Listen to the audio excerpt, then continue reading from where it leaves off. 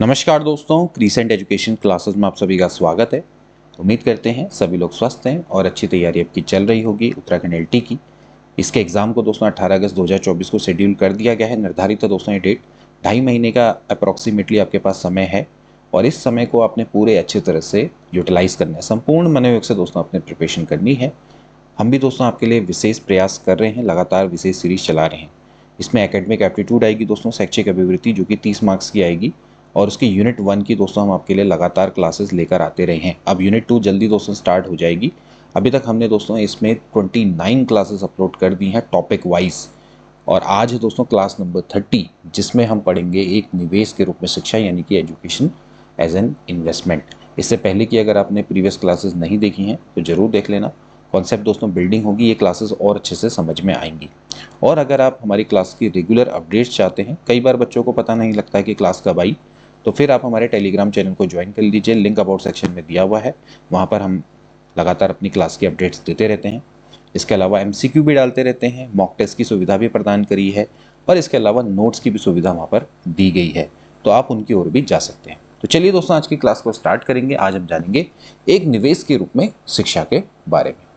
तो एक निवेश के रूप में शिक्षा यानी कि एजुकेशन एज एन इन्वेस्टमेंट। तो देखिए दोस्तों, जनरल रूप में एक निवेश के रूप में शिक्षा को स्वयं या किसी के भविष्य के निवेश के रूप में देखा जा सकता है।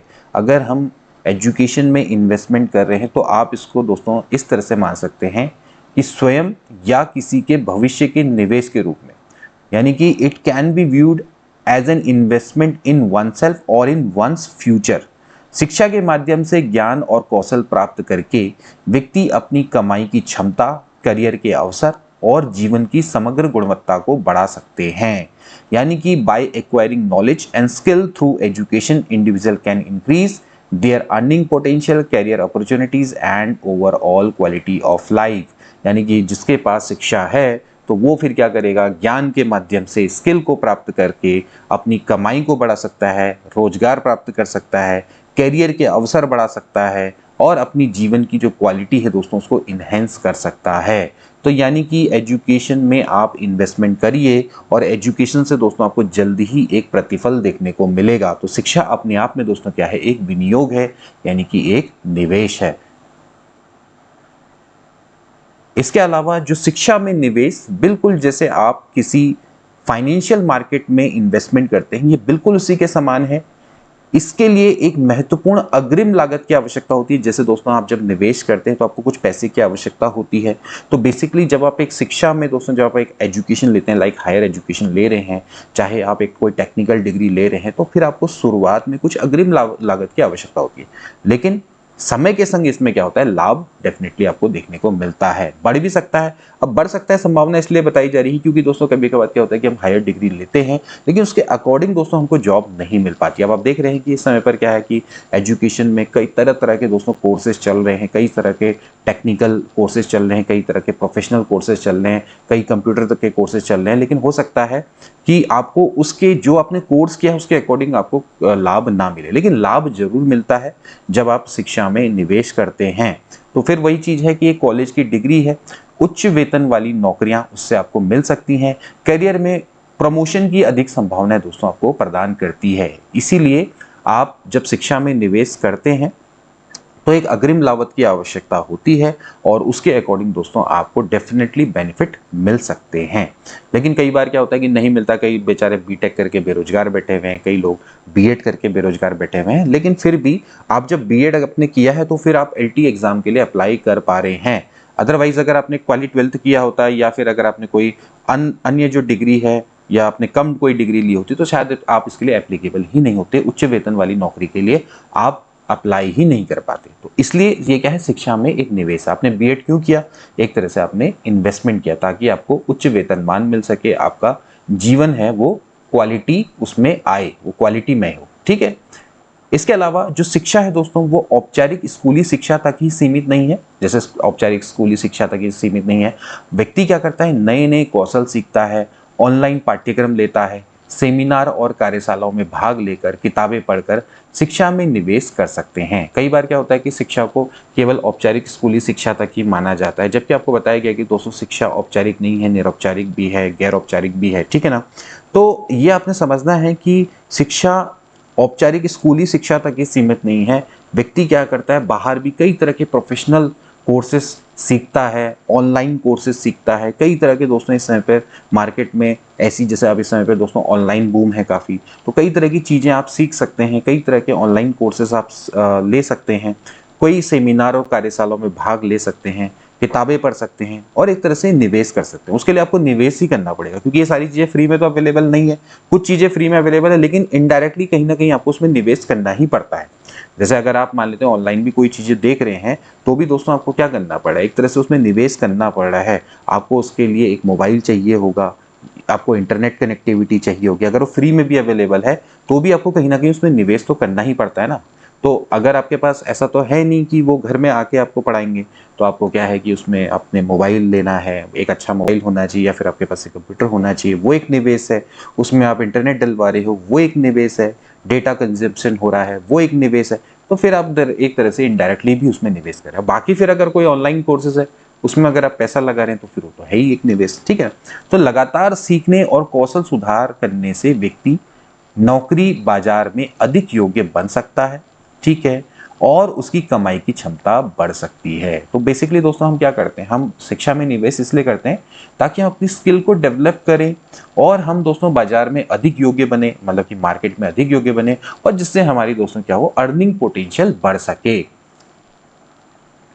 तो शिक्षा दोस्तों क्या है, एक सेवा क्षेत्र है। सेवा क्षेत्र समझते हैं कि दोस्तों यहाँ पर हम क्या देते हैं, सर्विस देते हैं। हम आपको एजुकेशन देके क्या दे रहे हैं दोस्तों, सर्विस दे रहे हैं। कितने तरह के क्षेत्र होते हैं दोस्तों, एक तरह के प्राथमिक क्षेत्र, द्वितीय क्षेत्र और एक टर्सरी क्षेत्र होता है, यानी कि तृतीय क्षेत्र। हमारी भारतीय अर्थव्यवस्था में दोस्तों इस समय पे सेवा क्षेत्र का सबसे ज्यादा योगदान होता है, ठीक है ना। सेवा क्षेत्र जैसे कि प्राथमिक क्षेत्र क्या है दोस्तों, जैसे कृषि है, वानिकी है, ये दोस्तों आपका प्राथमिक क्षेत्र में आते हैं। द्वितीय क्षेत्र में दोस्तों आपके उद्यम आते हैं। फिर आती है सर्विसेज, जैसे कि आपको हम एजुकेशन दे रहे हैं, सर्विस है। आपके यहाँ एक मैकेनिक है, उसने टीवी ठीक किया, उसने सर्विस दी। आपको क्या कहते हैं, मान लेते हैं अल्मोड़ा से देहरादून जाना है, तो फिर वहाँ पे आप बस के माध्यम से जा रहे हैं, तो आपकी क्या सर्विस है, ठीक है। कोई नौकरी कर रहा है, सरकारी नौकरी कर रहा है, ये सभी सभी क्या है दोस्तों, सर्विस में आते हैं। तो ऐसी दोस्तों शिक्षा भी क्या है, एक सेवा क्षेत्र है, ठीक है। तो इसे शिक्षित पुरुषों और महिलाओं को तैयार करने के लिए डिजाइन किया गया है, ठीक है, और जो श्रम बाजार में अंततः अर्थव्यवस्था में योगदान देंगे। तो बेसिकली क्या है, शिक्षा दोस्तों एक ऐसा सर्विस सेक्टर है जहां से दोस्तों शिक्षित पुरुषों और महिलाओं को तैयार किया जाता है, और उनको तैयार करने के लिए दोस्तों इसको डिजाइन किया गया है, जिसके कारण से दोस्तों क्या होगा कि लेबर मार्केट में, और फाइनली दोस्तों क्या होगा कि ये हमारी इकोनॉमी में योगदान देंगे। क्योंकि जितने लोग पढ़ेंगे लिखेंगे और अपने स्किल्स को डेवलप करेंगे, तो उतना ही वो कमाएंगे, और जब वो कमाएंगे तो उतनी ही इकोनॉमी, यानी कि भारत की जो अर्थव्यवस्था है उसमें के दोस्तों क्या करेगा, उसको बढ़ाएंगे, ठीक है ना। तो यह देखते हुए किसी भी अर्थव्यवस्था में मानव संसाधनों के विकास के लिए दोस्तों एजुकेशन क्या होती है, हमेशा जिम्मेदार होती है। और तो शिक्षा में निवेश मानव पूंजी निर्माण में निवेश के समान है। तो यानी कि अगर आप एजुकेशन में इन्वेस्टमेंट कर रहे हैं, तो बेसिकली आप क्या बना रहे हैं, ह्यूमन कैपिटल फॉर्मेशन कर रहे हैं। ह्यूमन यानी कि ह्यूमन कैपिटल आपका क्या हो रहा है, एक तरह से फॉर्मेट या फॉर्मेशन उसका हो रहा है।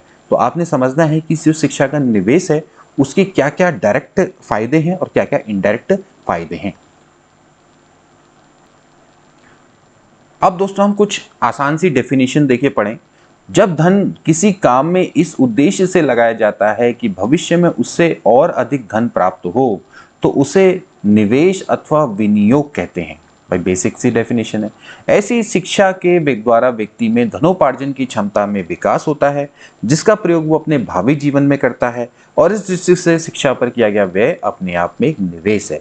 तो जैसे आप अपने धन को इस उद्देश्य में लगाते हैं कि भैया जिससे आपको और अधिक धन प्राप्त हो, उसको हम इन्वेस्टमेंट बोलते हैं। तो ऐसे ही शिक्षा के द्वारा व्यक्ति में धन कमाने की जो क्षमता है उसकी विकास होता है, और जिसका वो प्रयोग अपने भावी जीवन में करता है। तो इसलिए जो शिक्षा में किया गया व्यय अपने आप में दोस्तों क्या होता है, एक निवेश होता है। इसके अलावा सामान्य शिक्षा हो, चाहे माध्यमिक, विश्वविद्यालय, प्रोफेशनल हो, चाहे आपकी टेक्निकल एजुकेशन, ये सभी दोस्तों राज्य इसमें पूर्ण तथा अंश रूप से व्यय इसमें करते हैं, क्योंकि हमारा जो राज्य है वो सामान्य शिक्षा में भी व्यय कर रहा है, माध्यमिक शिक्षा में भी कर रहा है, विश्वविद्यालय, प्रोफेशनल, तकनीकी सभी में कर रहा है। ठीक है, जन सहयोग से भी दोस्तों इसमें आर्थिक सहायता प्राप्त होती है और शिक्षा प्राप्त करने वाले व्यक्तियों को भी इसमें कुछ अपनी तरफ से इन्वेस्टमेंट करना पड़ता है, वो तो होता ही होता है। क्योंकि देखिए, जो शिक्षा की जिम्मेदारी वो किसका है, वो राज्य की जिम्मेदारी है। तो राज्य आपके लिए सामान्य शिक्षा की व्यवस्था करे, माध्यमिक शिक्षा की व्यवस्था करे, विश्वविद्यालय शिक्षा की व्यवस्था करे, प्रोफेशनल टेक्निकी एजुकेशन की व्यवस्था करे। ये पूरी तरह से दोस्तों राज्य की जिम्मेदारी मानी जाती है और इसमें जन सहयोग की भी दोस्तों आवश्यकता पड़ती है। लेकिन जो शिक्षा प्राप्त करने वाले व्यक्ति हैं उनको भी कुछ ना कुछ इसमें इन्वेस्टमेंट करना पड़ता है। देखिए, 1 से लेकर 8 तक अगर हम बात करें सरकारी स्कूलों की, तो वहां पर तो शिक्षा दोस्तों आपकी क्या है, वो फ्री है ना और अनिवार्य भी है। लेकिन उससे ऊपर की दोस्तों अगर आपको शिक्षा प्राप्त करनी है तो फिर आपको दोस्तों कुछ ना कुछ उसमें व्यय करना पड़ता है। आप इसमें क्यों व्यय कर रहे हैं, बेसिकली क्या है, वो इसलिए कर रहे हैं ताकि आपको उसका प्रतिफल मिले, यानी कि उसका आपको लाभ मिले। ठीक है ना। सो इन तीनों द्वारा किए गए व्यय, कुल व्यय को शिक्षा पर व्यय माना जाता है। This is the investment on education. और शिक्षा प्राप्त करने के बाद इन तीनों के होने वाले लाभ को ही दोस्तों क्या मानते हैं, प्रतिफल मानते हैं। यानी कि एक एक्सपेंडिचर है और एक आपका क्या है, रिटर्न है। तो शिक्षा पर जो कुछ भी व्यय होता है उससे बालकों की तत्कालीन आवश्यकताओं की पूर्ति होती है। यानी कि जब भी आप एजुकेशन में कुछ भी इन्वेस्टमेंट कर रहे हैं या स्पेंड कर रहे हैं, उससे बालकों की इमीडिएट नीड्स तो होती पूरी हैं और इसके अलावा दोस्तों आगे भविष्य में भी उसका यूज होता है। ठीक है, तो बालकों की तत्कालीन आवश्यकताओं की पूर्ति, जैसे कि एक दूसरे से मिलने के अवसर प्राप्त होते हैं, खेल के उनको अवसर प्राप्त होते हैं, सामान्य व्यवहार करने के अवसर प्राप्त उनको होते हैं। तो शिक्षा व्यय का उपभोगी तत्व कहलाता है। इससे स्पष्ट है कि शिक्षा पर किए गए व्यय का तुरंत प्रतिफल मिलता है, इसलिए शिक्षा अपने आप में दोस्तों क्या है, एक विनियोग है, यानी कि इन्वेस्टमेंट है। तो शिक्षा दोस्तों क्या है, एक तरह से कंजप्शन, मतलब this is called the consumption element of education expenditure. और शिक्षा में अगर आप कोई भी इन्वेस्टमेंट करोगे या कोई भी आप एक्सपेंडिचर करोगे तो उससे तुरंत आपको रिटर्न मिलता है, इसलिए शिक्षा दोस्तों क्या है, अपने आप में इन्वेस्टमेंट है। तो ये दोस्तों आपको समझना है कि इन्वेस्टमेंट के क्या मायने हैं एजुकेशन से। ठीक है, इसके अलावा व्यवसाय में कोई भी अधिक पढ़ा लिखा व्यक्ति कम पढ़े लिखे व्यक्ति की तुलना में अधिक कुशलता से काम कर सकता है और इस कारण से वो अधिक धन को कमा सकता है। ठीक है, इसलिए शिक्षा पर जो कुछ भी व्यय होता है उससे हमें प्रतिफल प्राप्त होता है जो व्यय की अपेक्षा अधिक होता है, यानी कि जितना आप खर्चा करते हो उससे अधिक मिलता है। ठीक है, इसके अलावा जो भी व्यक्ति है वो उच्च शिक्षा प्राप्त करके नए विचार और साधनों को ग्रहण करने के लिए तत्पर रहता है और नए विचार और साधनों को ग्रहण करने की शक्ति भी अपेक्षाकृत उसमें अधिक होती है और इसके कारण से उसकी लगातार आर्थिक प्रगति भी होती रहती है। वो आर्थिक प्रगति करता रहता है, क्योंकि जिस बंदे पे हायर एजुकेशन प्राप्त करी होगी तो वो क्या करेगा, आसानी से नए आइडियाज और कॉन्सेप्ट को एक्सेप्ट कर लेगा, क्योंकि उसका माइंड उस तरह से डेवलप हो गया होता है। ठीक है ना। और इस कारण से दोस्तों क्या है कि उसकी जो ये शक्ति होती है इनको एक्सेप्ट करने की, वो भी दूसरों से रिलेटिविटी अधिक होती है। एक आप 11th-12th के बच्चे से बात करेंगे और एक आप हायर ग्रेजुएट लेवल या एमएससी बच्चे की बात करेंगे, तो जो एमएससी लेवल का बच्चा होगा या फिर आपका 11th-12th लेवल का बच्चा होगा, तो उसमें क्या होगा कि जो एमएससी लेवल का बच्चा होगा, जो हायर लेवल का बच्चा होगा या फिर पीजी स्नातकोत्तर स्तर का जो विद्यार्थी होगा, उसमें क्या होगा, ज़्यादा विचारों और साधनों को ग्रहण करने की शक्ति ज़्यादा होगी। ठीक है, तो इसलिए क्या होगा कि उसकी निरंतर आर्थिक प्रगति करने में भी दोस्तों को क्या होगा, सक्षम होगा। ठीक है, इसी तरह से दोस्तों कोई भी अगर आप उद्योगों की बात करें तो वो उनकी जो सफलता है वो भी किस पर डिपेंड करती है कि आपके कितने प्रशिक्षित कर्मकार हैं, यानी कि कितने ट्रेन्ड वर्कर्स हैं। जैसे आपके उच्च शिक्षा प्राप्त इंजीनियर्स कितने हैं, उच्च शिक्षा प्राप्त प्रोडक्शनल मैनेजर कैसे हैं, सेल्स मैनेजर, इन सब पे दोस्तों क्या करती है, निर्भर करती है। तो इस तरह से जैसे ऐसे वर्कर्स हैं, इंजीनियर्स हैं, प्रशंसक, इन पर शिक्षा का किया गया व्यय भी अपने आप में दोस्तों एक इन्वेस्टमेंट है। तो ये आपके उद्योगों की सफलता पर भी निर्भर करता है। ठीक है, तो कितने आपके वहाँ एजुकेटेड डॉक्टर्स हैं, इंजीनियर्स हैं और इसके अलावा प्रोडक्शन मैनेजर, सेल्स मैनेजर जितने भी हैं, वो आपके जो भी उद्योग है, चाहे आपका वो मेडिकल इंडस्ट्री है, चाहे आपका कोई सा भी इंडस्ट्री है, उस पर दोस्तों आपके जो नीचे जो आपके कर्मी काम करें वो कितने टैलेंटेड हैं, कितना उनकी शिक्षा हुई है, उस पर दोस्तों ये चीज़ें निर्भर करती है। ठीक है, तो व्यक्ति की शिक्षा पर किए जाने वाले व्यय से व्यक्ति की स्वयं की आय भी प्रभावित होती है। इसके अलावा दोस्तों शिक्षा पर अगर आप व्यय करते हैं तो उससे राष्ट्रीय आय में भी वृद्धि होती है। जो राष्ट्र सामान्य प्रोफेशनल और विज्ञान और तकनीकी शिक्षा पर जितना अधिक व्यय करता है, उसकी राष्ट्रीय आय भी दोस्तों क्या होती है, उतनी अधिक होती है। जैसे अभी हमने दोस्तों अभी प्रीवियसली आपको बताया था कि जब आप शिक्षा में व्यय करते हैं तो उससे क्या होता है, ह्यूमन कैपिटल का निर्माण होता है। क्योंकि जब आप उसमें इन्वेस्टमेंट कर रहे होते हैं तो आप क्या करते हैं, ताकि आप शिक्षा को इसी तरह से डिज़ाइन किया गया है कि जिससे क्या हो कि जो जो उसमें उससे जो शिक्षा जो प्राप्त कर रहा है व्यक्ति, उसकी आर्थिक प्रगति हो सके। ठीक है, तो इस तरह से दोस्तों उसको क्या किया गया, डिज़ाइन, मतलब कि वो शिक्षित हो सके और आगे जाके धनोपार्जन कर सके और अंततः वो अर्थव्यवस्था में अपना योगदान दे सके, है ना। तो बेसिकली इसीलिए शिक्षा में व्यय करने से राष्ट्रीय आय में वृद्धि होती है। तो राष्ट्रीय आय में एक जब आपके इकोनॉमी बढ़ेगी तो फिर राष्ट्रीय आय में भी क्या होगी, वृद्धि होगी। तो जो राष्ट्र प्रोफेशनल विज्ञान तकनीकी शिक्षा पे ज़्यादा इन्वेस्टमेंट करेगा तो उतना ज़्यादा अच्छा रहेगा। इसीलिए दोस्तों जब कोठारी आयोग है उन्होंने भी बोला था कि शिक्षा में व्यय को बढ़ाया जाना चाहिए। तो हमारा जब शिक्षा में व्यय है जीडीपी का 6%, उन्होंने कहा था कि भैया इतना बढ़ाया जाना चाहिए। तो जितना आप उसको शिक्षा में व्यय करोगे उतना ही ज़्यादा आपकी राष्ट्रीय आय में क्या होगी, वृद्धि होगी। तो जिन राष्ट्रों में शिक्षा का नियोजन करते समय समाज की मांग और उसमें अनुकूल शिक्षा व्यवस्था करने का जितना अधिक प्रयत्न किया जाता है, उनमें उतना ही अधिक प्रतिफल प्राप्त होता है। तो यानी कि जिस भी कंट्री में जब वो एजुकेशन की प्लानिंग कर रहे होते हैं तो उस समय पर जो समाज की मांग है और जो उस समय पर अनुकूल शिक्षा व्यवस्था है, उसके अकॉर्डिंग, मतलब कि जो हमारी समाज की मांग है और जितनी जो उसके अनुकूल शिक्षा व्यवस्था करने का जो प्रयत्न किया जाता है, वहाँ पर उतना ही अधिक रिटर्न्स प्राप्त होते हैं। तो बेसिकली जब भी आप एजुकेशन को प्लान करते हैं तो जो समाज की डिमांड है और उसी के अनुकूल शिक्षा की व्यवस्था की जानी चाहिए, उससे अधिक रिटर्न्स प्राप्त होते हैं। तो अब दोस्तों अब हम जानेंगे कि भाई एक निवेश के रूप में शिक्षा की क्या क्या प्रमुख विशेषताएं हैं। अभी तक तो दोस्तों हमने जाना कि भाई एक निवेश के रूप में शिक्षा एक्चुअली क्या क्या है, लेकिन कुछ इंपॉर्टेंट दोस्तों हाईलाइटेड पॉइंट्स देखिए। सबसे पहले क्या है, अग्रिम लागत। यानी कि जब भी दोस्तों हम शिक्षा में जाते हैं, जब हम शिक्षा लेना चाहते हैं, जब हम शिक्षा में निवेश करते हैं तो हमें एक अग्रिम लागत दोस्तों चाहिए होती है। कुछ ना कुछ पैसा दोस्तों अग्रिम निवेश के आवश्यकता दोस्तों आपको चाहिए होती है। ठीक है ना। तो शिक्षा के लिए समय, प्रयास और धन की महत्वपूर्ण अग्रिम निवेश की आवश्यकता होती है। यानी कि आपको समय भी देना पड़ेगा, आपको प्रयास भी करना पड़ेगा, एफर्ट भी करना पड़ेगा, साथ ही साथ पैसा भी लगाना पड़ेगा। इसमें ट्यूशन फीस है, पाठ्य पुस्तकें हैं और अन्य खर्चे दोस्तों आपके शामिल होते हैं। तो एक अग्रिम लागत की हमेशा आवश्यकता होती है। इसके बाद आपको फिर क्या मिलते हैं, दीर्घकालिक लाभ मिलते हैं और लॉन्ग टर्म भी, शॉर्ट टर्म बेनिफिट्स भी मिलते हैं, लेकिन दीर्घकालिक लाभ आपको धन के रूप में दोस्तों मिलते हैं। जैसे कि शिक्षा दीर्घकालिक लाभ प्रदान करती है जो किसी व्यक्ति को पूरे जीवन काल तक बनी रह सकती है। इसमें आपको कमाई की बढ़ी हुई क्षमता, बेहतर नौकरी के अवसर और जीवन की बेहतर गुणवत्ता इसमें शामिल है। यानी कि आपको एक बेहतर नौकरी मिलेगी, आप ज़्यादा कमा सकेंगे, नौकरी के आपको ज़्यादा अवसर मिलेंगे, आपका जो जीवन है वो क्वालिटी पूर्ण होगा। ठीक है, उसमें क्वालिटी होगी। इसके अलावा जोखिम और लाभ यानी कि रिटर्न। ठीक है, अब देखिए जैसे हम किसी निवेश को हम करते हैं तो वैसे उसमें क्या होता है, कुछ ना कुछ जोखिम रहता है और कुछ ना कुछ रिटर्न भी दोस्तों हमेशा रहता है। ऐसी शिक्षा में भी क्या होता है, कुछ हद तक जोखिम और रिटर्न होता है। जोखिम यह है कि निवेश से आपको वांछित परिणाम ना मिले। जैसे कि हमने बोला कि भाई हमने बीटेक किया तो उसके अकॉर्डिंग हमें उतनी अच्छी नौकरी ना मिल पाए, हमने एमबीबीएस किया हमें उतनी अच्छी नौकरी ना मिल पाए, हम बीएड कर रहे हैं हमें उतनी अच्छी नौकरी ना मिली, तो उसको हम बोलते हैं कि भैया आपको कुछ जोखिम तो है।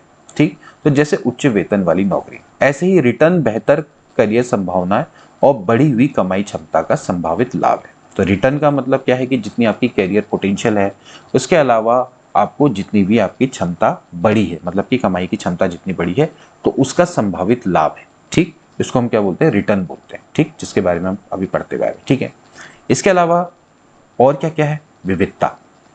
ठीक है, अब शिक्षा में निवेश एक्चुअली क्या है, इससे विविधता आती है, यानी कि डाइवर्सिफाई होता है इससे, यानी कि डाइवर्सिफिकेशन होता है।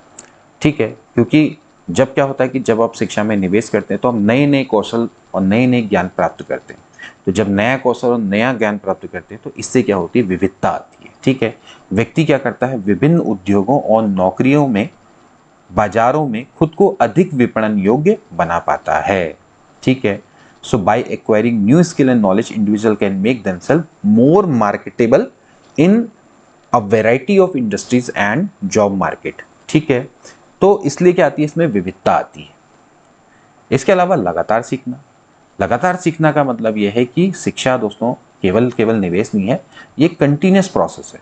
तो व्यक्तियों को नौकरी बाजार में अगर प्रतिस्पर्धा बनाए रखनी है, ठीक है, तो लगातार आपको अपनी स्किल्स को अपडेट करते रहना पड़ेगा, है ना भाई। आज की डिमांड के अकॉर्डिंग आपको अपने आप को लगातार अपडेट करते रहना पड़ेगा। जब आप किसी जॉब में दोस्तों जाते हैं तो आज जो आपको चीज़ें आती हैं, धीरे धीरे क्या होगा, टेक्निक्स बढ़ेंगी, मॉडर्नाइजेशन होगा, ग्लोबलाइजेशन हो रहा है, नई नई टेक्निक्स आ रही हैं, तो वो चीज़ें आपको सीखनी पड़ेंगी भाई। आज से 20 साल पहले कई चीज़ें क्या थी, ऑफिस में जो कार्य चलता था वो केवल कागजी कार्य चलता था, उसके अब चीज़ें क्या होगी, बदल गई, कंप्यूटर्स आ गए, ठीक है। तो उस समय के जो क्लरिकल स्टाफ था उनको टाइपिंग वाइपिंग नहीं आती थी, फिर उनको कंप्यूटर सीखना पड़ा। आज के ज़माने में क्या सारी चीज़ें ऑनलाइन हो गई हैं, तो फिर उसी तरह से आपको ऑनलाइन कार्य सीखना पड़ेगा। यानी कि अपनी स्किल्स को आपको लगातार डेवलप करना पड़ेगा, आपको प्रतिस्पर्धा में बने रखना है। तो वो किसी भी चीज़ की हम बात कर सकते हैं, चाहे आप प्राइवेट नौकरी की बात करें, चाहे आप सरकारी नौकरी की बात करें, तो आपको नई नई चीज़ें आपको सीखनी पड़ेगी अगर आपको बाजार में बने रहना है, ठीक।